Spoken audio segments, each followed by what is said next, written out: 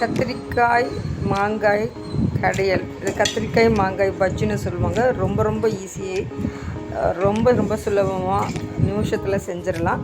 Cut பண்ண கத்திரிக்காய் போட்டுக்கலாம், மாங்காய் போட்டுக்கலாம், வெங்காயம் தக்காளி பச்சை மிளகாய், அவ்வளோதான். அதை குக்கரில் வச்சுட்டு நல்லா வேக வச்சதுக்கப்புறம் கடைஞ்சி நம்ம கடுகு உளுத்தம் பருப்பு காஞ்ச மிளகாய் போட்டு தாளிச்சிட வேண்டியதான். Very simple.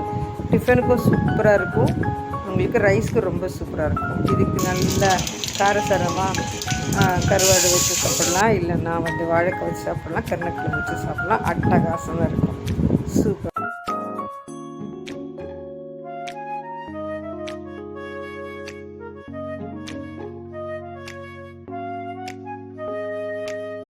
கத்திரிக்காய் மாங்காய் கடையல், இது கத்திரிக்காய் மாங்காய் பஜ்ஜின்னு சொல்லுவாங்க. ரொம்ப ரொம்ப ஈஸியே, ரொம்ப ரொம்ப சுலபமாக நிமிஷத்தில் செஞ்சிடலாம். கட் பண்ண கத்திரிக்காய் போட்டு